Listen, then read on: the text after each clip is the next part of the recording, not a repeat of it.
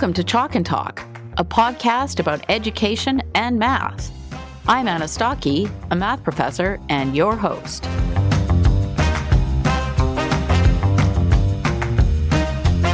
Welcome back to Chalk and Talk. I get a lot of emails from listeners with questions. So to help answer them, I've decided to record occasional mailbag episodes. These will be released sporadically, in addition to my regular guest interviews. So I'll continue to release my regular episodes typically every 3 weeks, sometimes every 2. If you have a question, you can email me at chalkandtalkpodcast@gmail.com, and your question might be featured on a future mailbag episode. For this episode, I invited Dr. Zach Groshell, a previous guest, to help answer some of your questions. We'll be discussing how to implement direct instruction when students are at different levels, building thinking classrooms, and number talks. I hope you find this useful. Now, without further ado, let's get started. I am here today with Dr. Zach Groshell. He is host of the Progressively Incorrect podcast. He's a teacher, a coach, and an education consultant. He's an expert on direct instruction, that's with a capital D and a capital I, and explicit instruction. And he is the author of the book, Just Tell Them. And I just read that last night, Zach. Awesome book. It's short, it's packed full of great tips for implementing explicit instruction techniques with cognitive load in mind. So I recommend checking it out, picking up that book. It's a great book. So you can find Zach on X, Blue Sky, and LinkedIn. Now, he's been on my podcast before. You're my first repeat guest. I asked him to come back to help me answer some great questions from our listeners. Welcome back, Zach. Thanks so much. I'm glad you read it in, of course, in a night. That was designed to be, I hope, a short and quick read, a resource you could use. So I'm happy you enjoyed it. Short, but useful. Okay, so are you ready to help me answer some listener questions? I'd love to. And this is where your podcast shines. You're bringing in the teacher voice and the practical piece. And I hope I can do that justice. Thank you, Zach. I wouldn't have asked you if I didn't think you could. So I went through my emails and I picked out some of the most common questions I've received. So I think today's episode is going to be really useful for people. So I'm going to get right into it. And I'm going to start with a question from a listener named Jamie. And so it's a bit long and I'm going to read through it, but it's important that you have the context. So Jamie says that 2 years ago, the entire primary school underwent professional development in math, and we all took a course from U Cubed. I was inspired, invigorated, and absolutely fell in love with teaching mathematical mindsets. However, some things just haven't been adding up for me, and now I have been listening to your podcast, so I see why. My weak students just didn't improve, for starters, and fluency was often holding them back.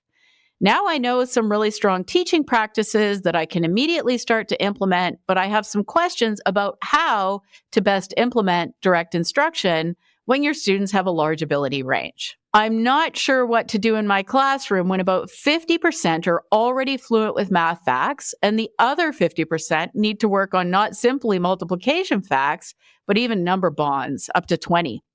I had kids who needed direct instruction in completely different math standards, which was clearly documented by my pre-unit assessments. It took a lot of time to come up with different problem sets for different students, but I did it. This teacher's working really hard. But what I really couldn't figure out was how to differentiate direct instruction. The students are at different levels, working on different concepts, but they all needed direct instruction first. Otherwise, there was unproductive struggle. If I leave the strong students to simply try to figure out how to solve a problem, I found they couldn't. They still needed me to guide them. Often my colleagues or admin would tell me to implement low-entry, high-ceiling tasks. But again, this negates direct instruction and the fact that, for example, some kids needed direct instruction on fraction equivalency using models, and other kids started the unit with the knowledge already and were eager to learn to multiply and divide with fractions. I often find I'm facing groups of learners who need different math instruction for different math concepts from different grade levels. So their students are at all different levels when it comes to prior knowledge. And honestly, Zach, I'm exhausted just reading this. So they go on. There's another issue with pace. The disparity in the pace at which students access the material is really problematic. I can give all kids in the room the same problem to solve on a mini whiteboard, but the challenge I have is that there are some kids who take so long to solve the problem, while others do it in 3 seconds. It creates a classroom where I never know if I'm rushing the weak kids to respond faster if I don't let them solve the problem, or making the stronger kids completely bored because they have to sit and wait for all students to come up with the answer. So now on to the question. How are teachers supposed to realistically differentiate when students are accessing different math concepts and are above or below grade level? So what do you think, Zach? I love that question. It touches a nerve with me because the schools that I've worked in, people will say that the RTI pyramid is upside down. They just mean most of the students are below grade level. But not only that, the spread of their levels is just ridiculous. We're talking about 6, 7 grade levels by the time they get to middle school, where some kids are in there learning at kindergarten math and other kids could be starting algebra, right? And they're all in the same classroom. And what do? It seems like explicit instruction is incompatible. The first thing I will say is that people have recognized this for many decades. And what they've done is created solutions that schools don't often choose to use. One of those is homogeneous grouping.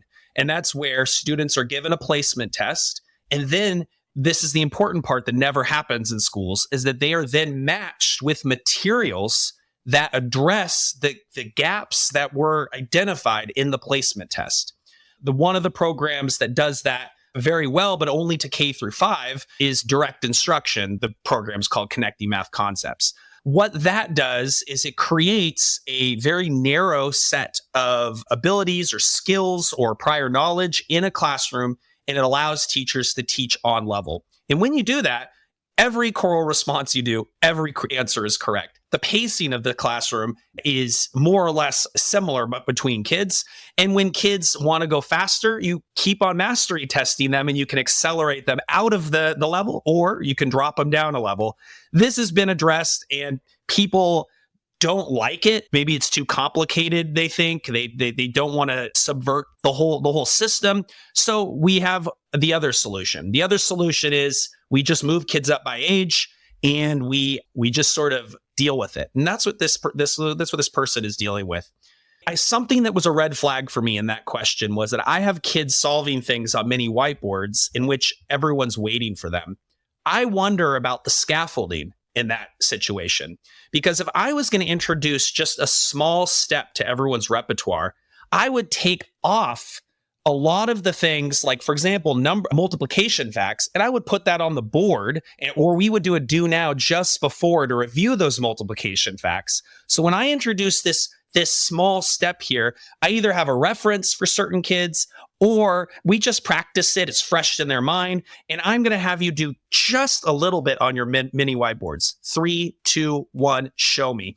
I would never use a mini whiteboard for an extended, large, complex problem. And I'm waiting for everyone on the carpet. There's 5 kids who aren't there. That's not how I would do like a kind of a slow motion type problem where I'm slowly introducing. These answers should be fast. They should be rapid. But, you've got kids that even they're doing the multiplication algorithm. They've got to know all their multiplication facts. There's multiple steps. It doesn't matter what you do. You can't give them the key because now they have to look through the key. We have to use MTSS better in schools. MTSS is just multi-tiered systems of support. There are certain students that require an extra dosage of math. And honestly, we may need to do something that's akin to homogeneous grouping where we have kids walk to math. Schools are often not sophisticated enough to do this. People that are MTSS leads don't do anything. They don't plan. They don't use spreadsheets.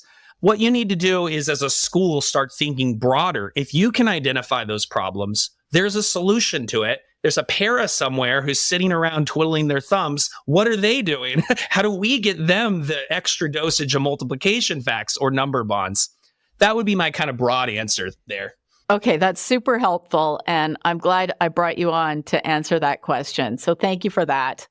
So let's move on to the next question. And this one might take a while.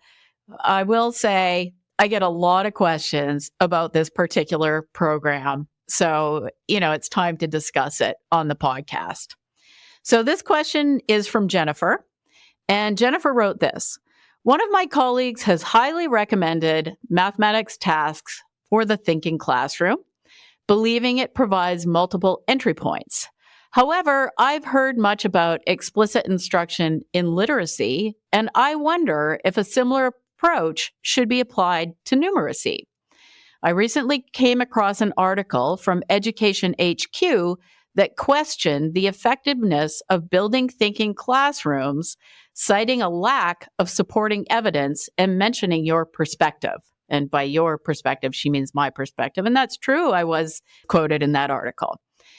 Given that many of our students still struggle with foundational numeracy skills, I am concerned that the thinking classroom may not be the best approach.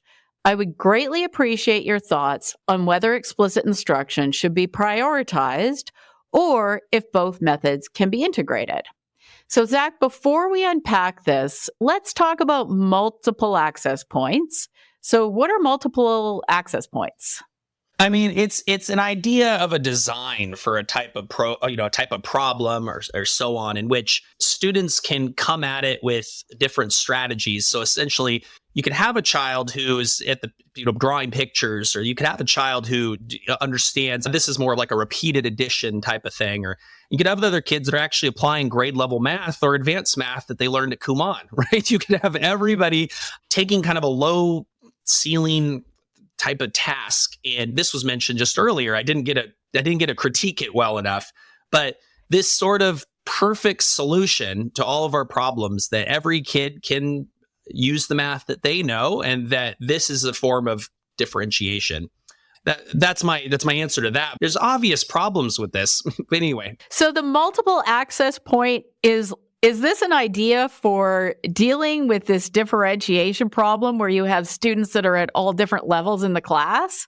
I think on one level it is. On the other, it's sort of just like an empathy piece, misguided empathy thing. What it ultimately does is it doesn't hold us accountable to bringing kids up to grade level. It says whatever your prior knowledge is, that it's sort of a postmodernist maybe idea that everybody has a different way of thinking. And so we don't need to hold ourselves to account to teaching them the most efficient way. What happens, you can already imagine, you got the kids who come into this multiple access point type of open-ended thing, and they know the grade level math. Great. They get to practice it. They get to play with it. They get to perhaps build blocks on their own. Then you get kids who are doing very unsophisticated, sort of childlike type of invented procedures. I always say it's like if I had a plumbing problem and I decided not to go ask a plumber to come help me, I would just be taking this wrench and kind of flip-flopping it around under the sink, just trying to see how it goes. And they're just trial and erroring. When you walk around the classroom looks busy. The kids are all doing stuff. Drill down on the math, and you've got kids practicing kindergarten and first grade math, and you've got other kids who, it's not that often, to be honest, that may actually be intuiting the procedure that they should be learning from this task. You create what is essentially a Matthew effect. The rich get richer, the poor get poorer, and it's not a solution for differentiation. It's a solution for busy work. It's a solution for giving activities, a sort of activity-based type of teaching that is just really poor instructional design. So I get the feeling that multiple access points, in your view, are not really an effective tool for teaching math. No, they might be a great extension type of problem. They might be like an after-school math club type of thing, because we don't care if they learn it. We want them to grow their self-concept, I suppose. It's kind of a club type of thing.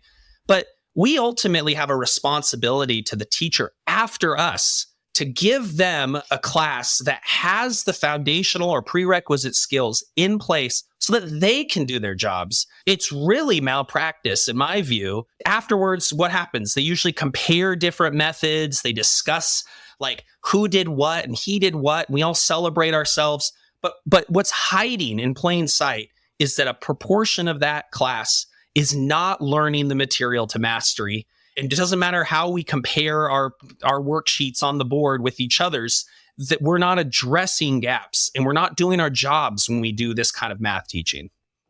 On to the big question. So are you familiar with building thinking classrooms? I am. I read the book at everybody's encouragement. I read the book. Okay. So do you want to first describe what it is and then maybe tell us what you think about it?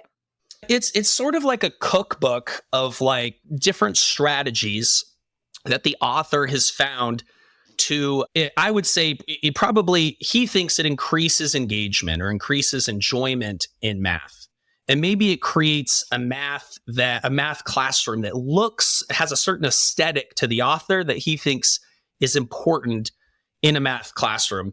And in contrast that to more of a traditional math classroom where kids are seated more often, the kids are responding in unison, the kids are doing a lot more time tests or worksheet-based tasks. It feels like it's sharing a set of values. But really, all it is repackaged, in my view, discovery learning or problem-based learning.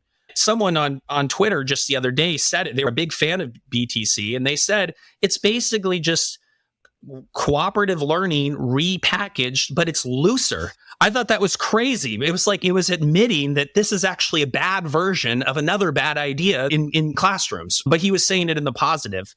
They're cool sounding tips and tricks, kind of a bag of tricks. Like, for example, the most famous one is the vertical non-permanent surfaces. You can stand at a board and everyone has a marker, one kid has a marker, and we're all having kind of discourse around a board. Another big emphasis that everyone doesn't want to talk about because it's so ridiculous is non-curricular tasks. I didn't even know those were legal in schools, but okay, let's emphasize tasks that are off the curriculum. These are the brain teasers. These are the puzzlers and the magic tricks. Things like group assessment, right? Somehow if I assess everyone at an average, I will be able to report the correct findings when really what happens? You get a skew of the top learner is the one doing all the work and the lower learner just gets improperly assessed. It's bad assessment. There's almost nothing in that book I find to be useful. We can have a debate now or a discussion around when it could be useful, but not as it's presented in the words of that book. Okay, so I'm going to weigh in on this. I actually don't talk that much on the podcast because I usually let the guests do all the talking. But I mean, this question was sent to me. I am kind of familiar with building thinking classrooms, and I'll tell you how I heard about it. It was used in my daughter's school. And so actually, before I left the house this morning, I said, hey, you remember when you were using building thinking classrooms? This is a while ago now. Can you remind me what were some of your complaints? And she didn't like it. So first of all, she said some kids will take over and they'll often show you incorrect ways to do things. And she said, we just passed the marker around and each person did part of the problem anyway. Like we could have done so much more if we were just doing it on paper.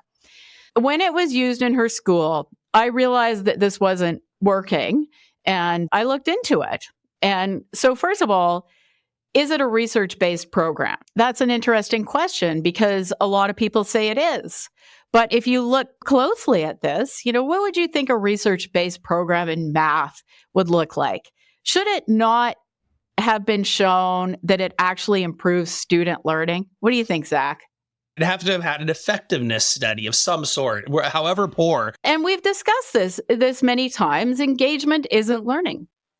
So students can be very engaged, which is what I think a lot of people are seeing when they're seeing building thinking classrooms because students are up on the whiteboards, but they could be learning nothing.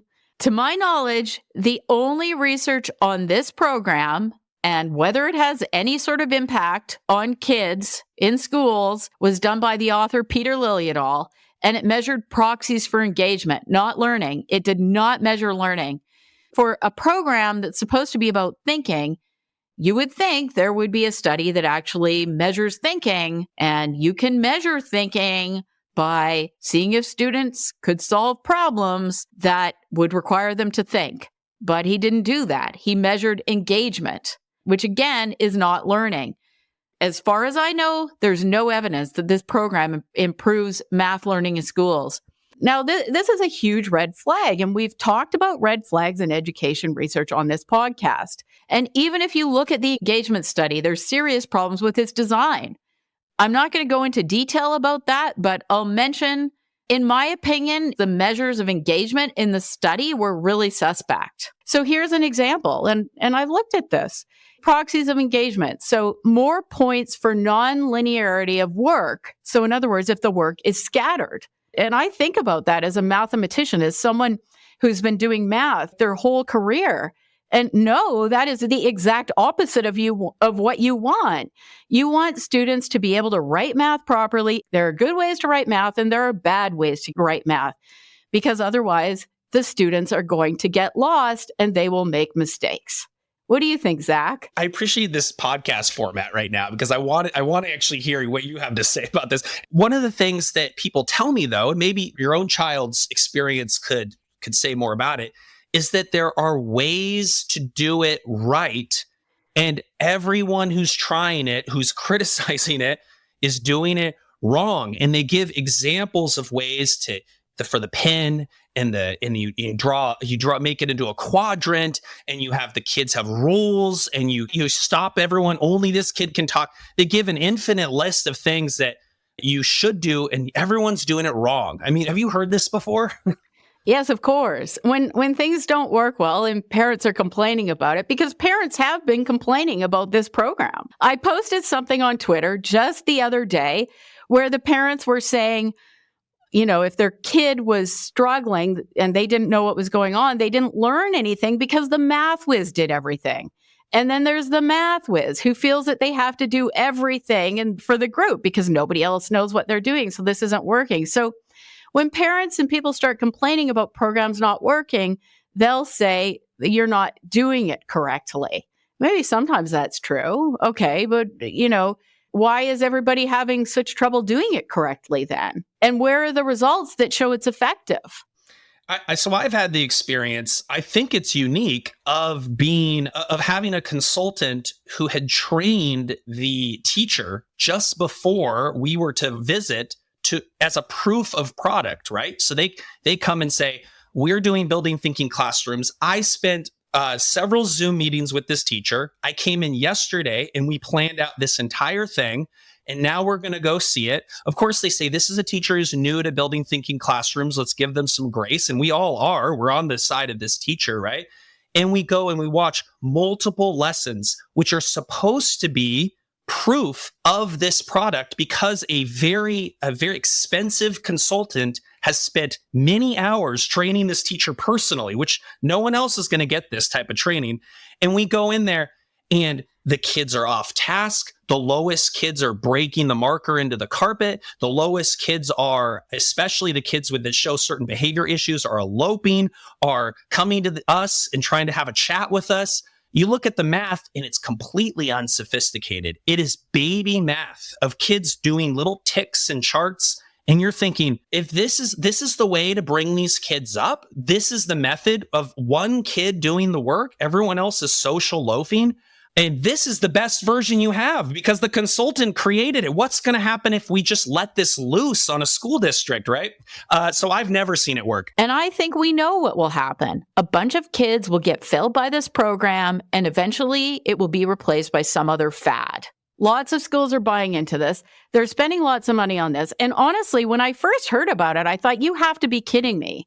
Our school division is paying money to get someone to tell them to put kids in groups and work on whiteboards? Like, come on. Do we really need to pay someone to tell us how to do that? And is this even a new idea? I want to mention a couple other things, okay? So about thinking, I think that perhaps teachers are afraid that their kids aren't thinking and they want their kids to be thinking. Now, if someone is telling you that your students are not thinking unless you're using the teaching methods that they're telling to use, I think that is a big red flag. Also, there seems to be a made-up definition of thinking when it comes to building thinking classrooms. So thinking seems to mean solving the types of problems the author wants students to solve, using the teaching methods you're supposed to use, so randomized groups, working on vertical non-permanent learning surfaces, not direct instruction, So if you're not using those methods, we're supposed to believe that your students aren't thinking. And we're told that mimicking is not thinking. Mimicking is disparaged. Here is the Merriam-Webster definition of thinking. Thinking is the act of using one's mind to produce thoughts. It's a process that goes on in the brain. So when you're mimicking, you're thinking. You really are. If you're mimicking what your teacher's doing, you're thinking. And mimicking your teacher's good approach for doing a math problem is a good thing. That is a good way to teach because we want students to learn how to do math and we want them to be successful. We don't want them always mimicking. We're going to wean them off that. Yeah. And we have, going all the way back to Bandura and also even to reinforcement learning or space repetition, the idea is just that practice solidifies and reinforces these ideas. But the first phase is simply to imitate it, in math, it's very hard to get them to directly copy. And I do see this. They're just taking notes. They're copying down, right? There actually isn't any thinking going on other than, is my paper the same as the paper in front of me? But with math, it's very hard to kind of do that because every time you switch from one worked example to the next or to a problem to the next, you change the numbers. You slowly start to get the kids to apply it.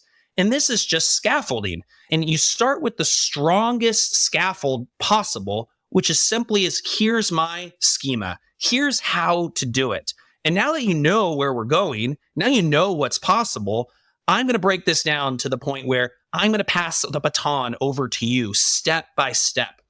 People call this spoon feeding. People call this whatever other derogatory, pejorative term they can think of. But this is good teaching. This is good teaching to start with that strong scaffolding. Yes, that is good teaching. So this business about mimicking is not thinking. This is not true. And don't let someone make you feel bad for actually teaching well, because teaching well involves showing students how to do things and getting them to try it on their own and then gradually fading instruction. Absolutely. Okay, so I have a couple more things to say about this because I want to make sure that we cover this. And I want to bring up the issue of non-permanent surfaces. So I don't know what you think, but I think that we can't have all of students' work on non-permanent surfaces. You want some of students' work, a lot of their work, to be on permanent surfaces. And here's the reason why. Because students don't remember everything. They might have done something in class that day and you think they got it and they think they got it.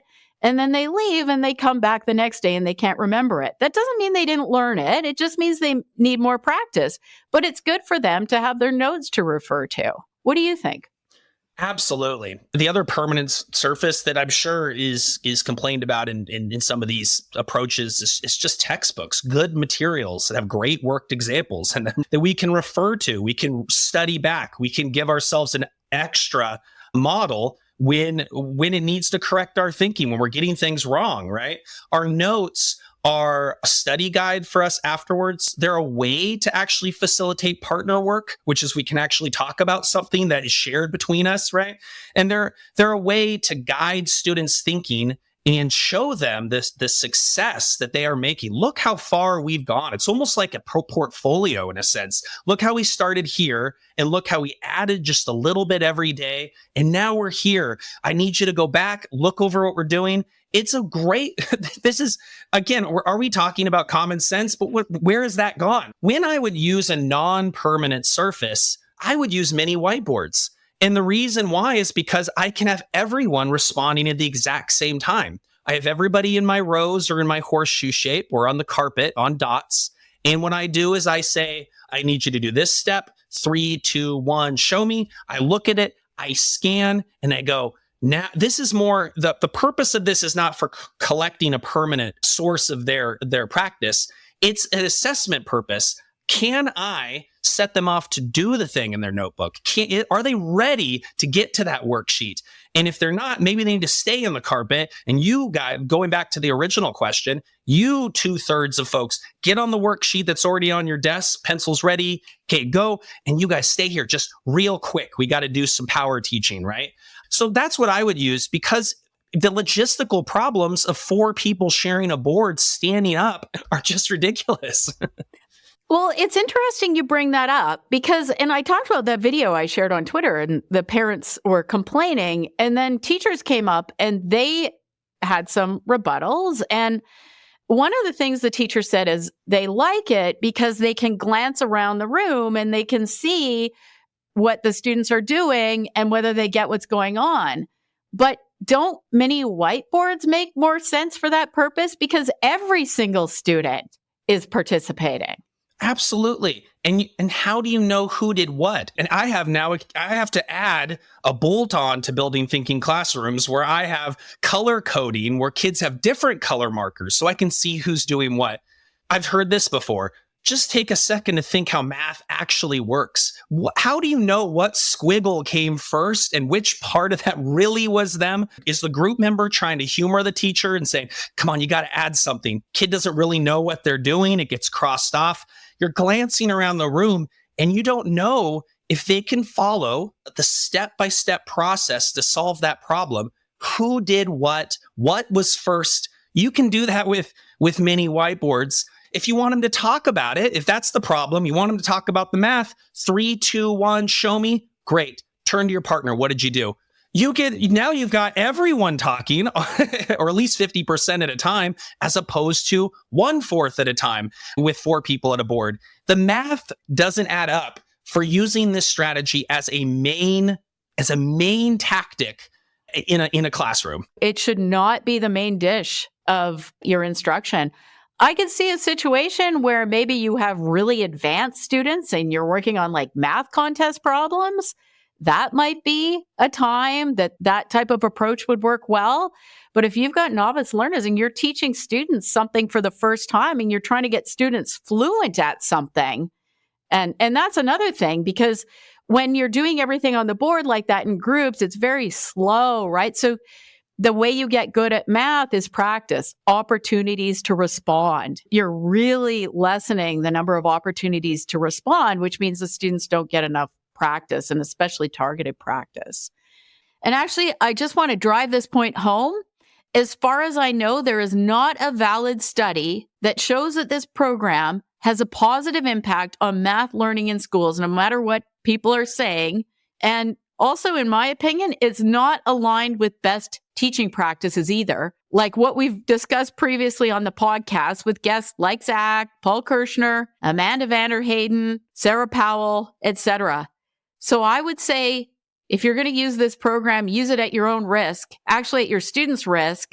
And if you're in a situation where you're being told to use this program, my advice would be to use it infrequently.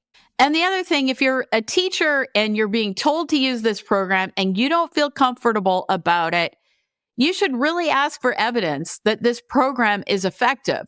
And remember that effectiveness, that's not the author's book. Like, that's not evidence of effectiveness, right? Anybody could write a book. You need a research article that actually measures learning, like whether students can actually do math, whether their math learning has improved. And, if you get sent something about it, feel free to send it my way. Happy to look it over for you or get someone else to look at it.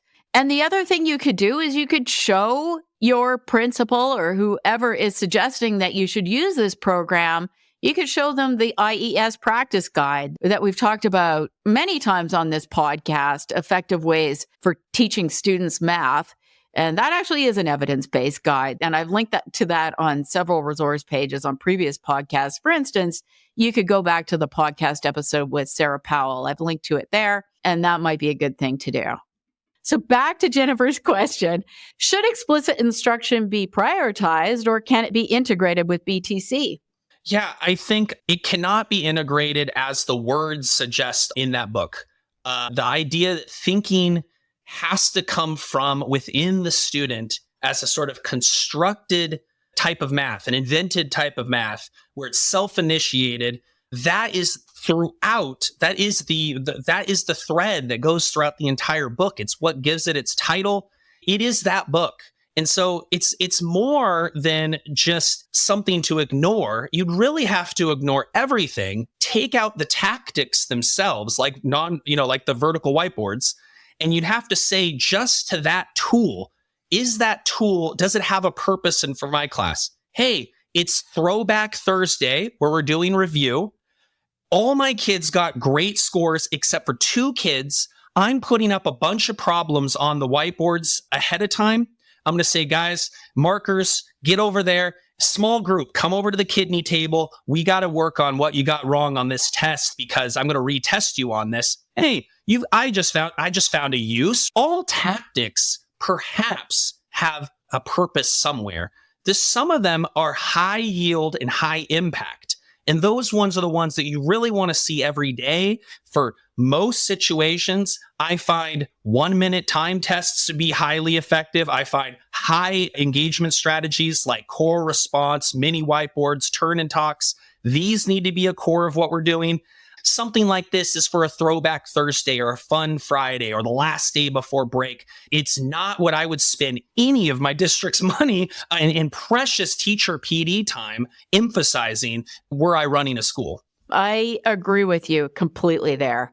So Throwback Thursday, good plan. Okay, let's move on to the next question. And I've received quite a few questions about this topic as well. So this is from Carrie. I was wondering if I could steal a bit of your time to ask you about number talks. In the past, number talks have been strongly encouraged as a daily routine. However, many of our students do not have math fact automaticity, and I am wondering where number talks fit in.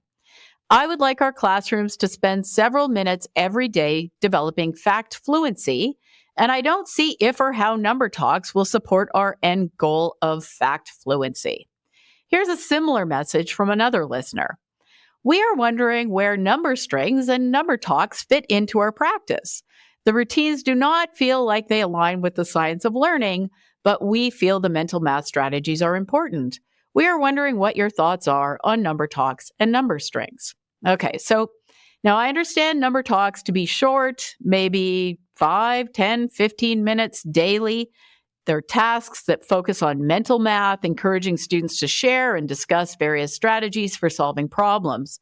So, Zach, have you seen these implemented?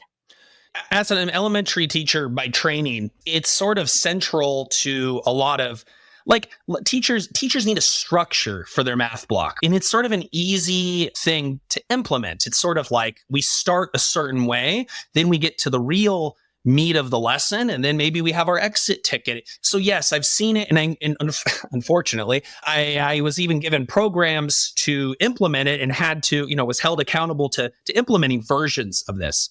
Okay, so what do you think about number talks? The first thing you mentioned that was important is brevity. And I've found that number talks tend to run over the promised amount of time that teachers are meant to do them.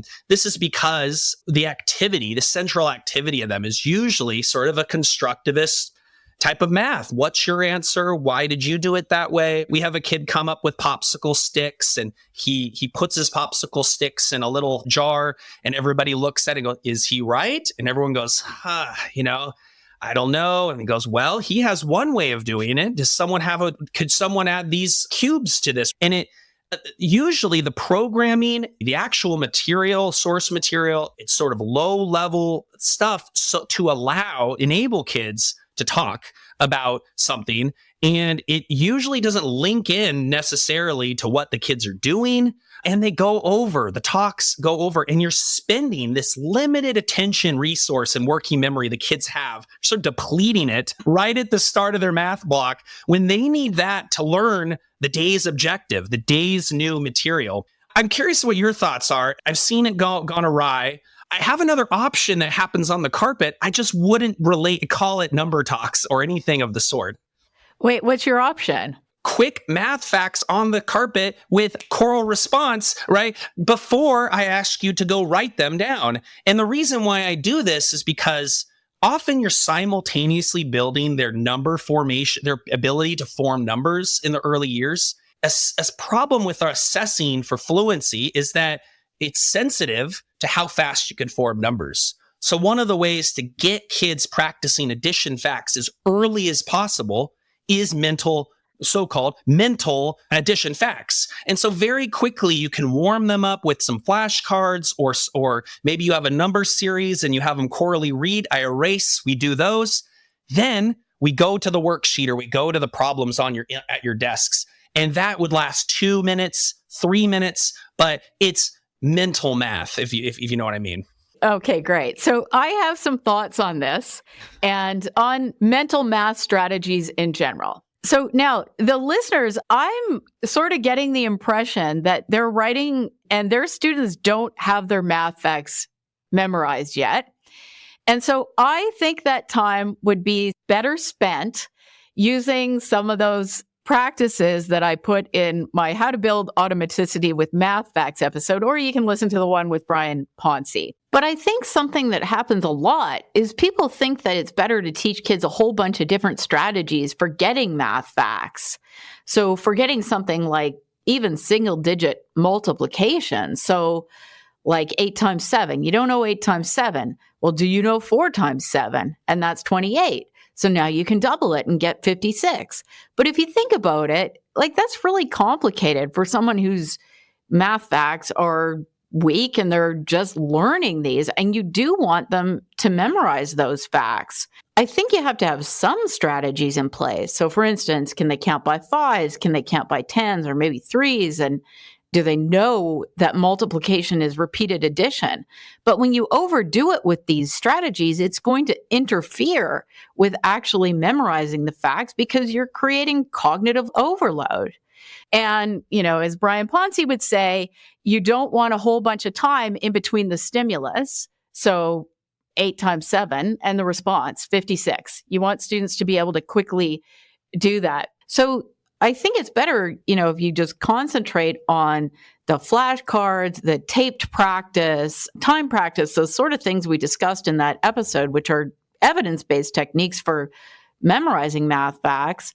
And then after that, you start introducing strategies for larger numbers. So I really think I would first concentrate on getting those math facts down. I like your core response idea if you want to do some sort of group work thing. But now in terms of mental math in general, do we want students to have nice mental math strategies for doing something like 18 times 5? That's 2 times 9 times 5, which is 10 times 9, which is 90. We probably do want those strategies.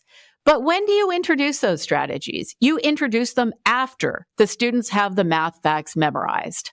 Because once they have the math facts memorized, it's going to be way easier to use those strategies because you free up that cognitive load because you have the math facts memorized. And then teach them those strategies. And then you can give them a whole bunch of problems and have them figure out when to use which strategy, but make sure they have the math facts memorized first.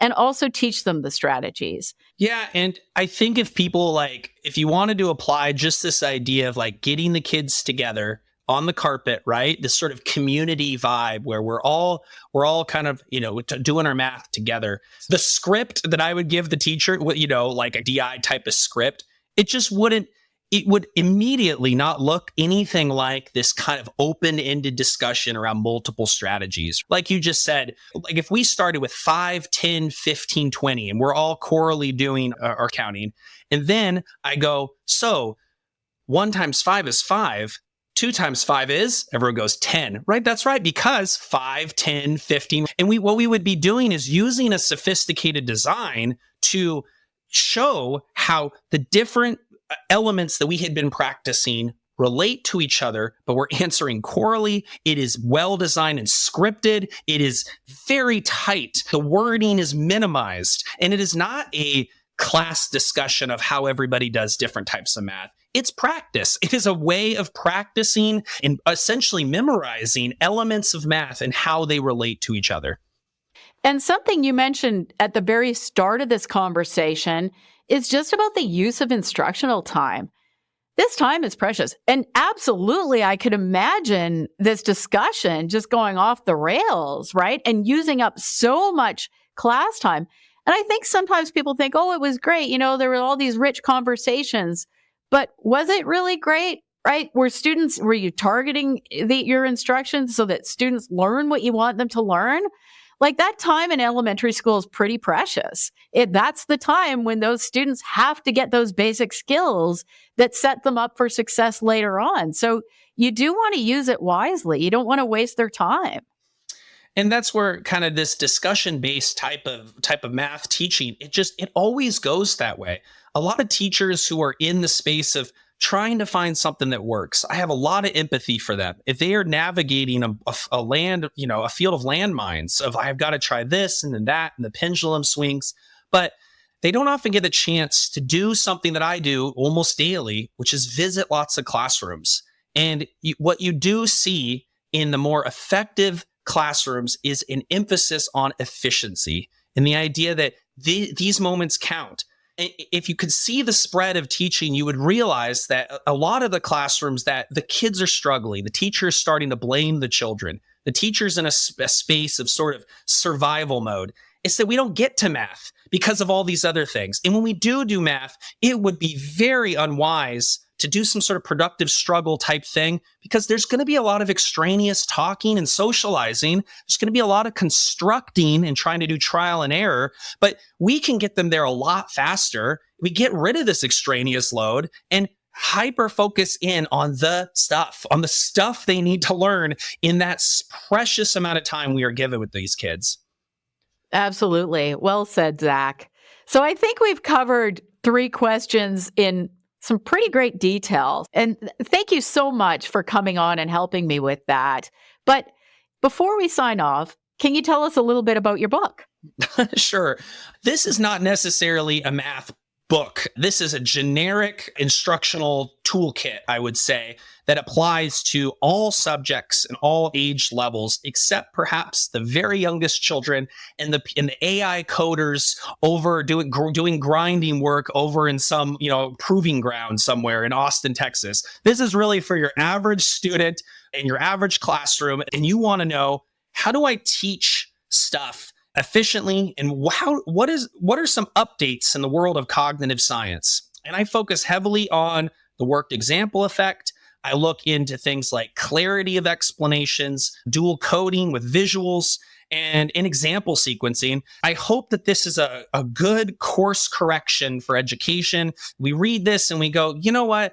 Let's start by just telling them. And then once we start by just telling them, then we can start asking questions. Then we can start removing scaffolds.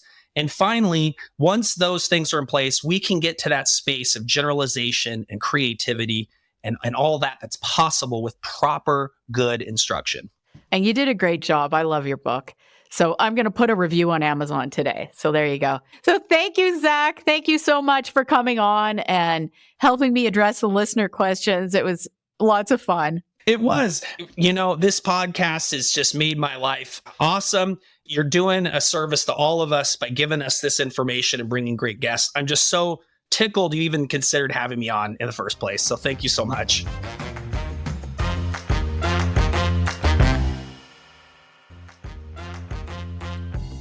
If you enjoy this podcast, please consider showing your support by leaving a 5-star review on Spotify or Apple Podcasts. Chalk and Talk is produced by me, Anna Stokke. Transcript and resource page by Jasmine Boisclair. Subscribe on your favorite podcast app to get new episodes delivered as they become available. You can follow me on X, Blue Sky, or LinkedIn for notifications, or check out my website, annastokke.com, for more information. This podcast received funding through University of Winnipeg Knowledge Mobilization and Community Impact Grant funded through the Anthony Swady Knowledge Impact Fund.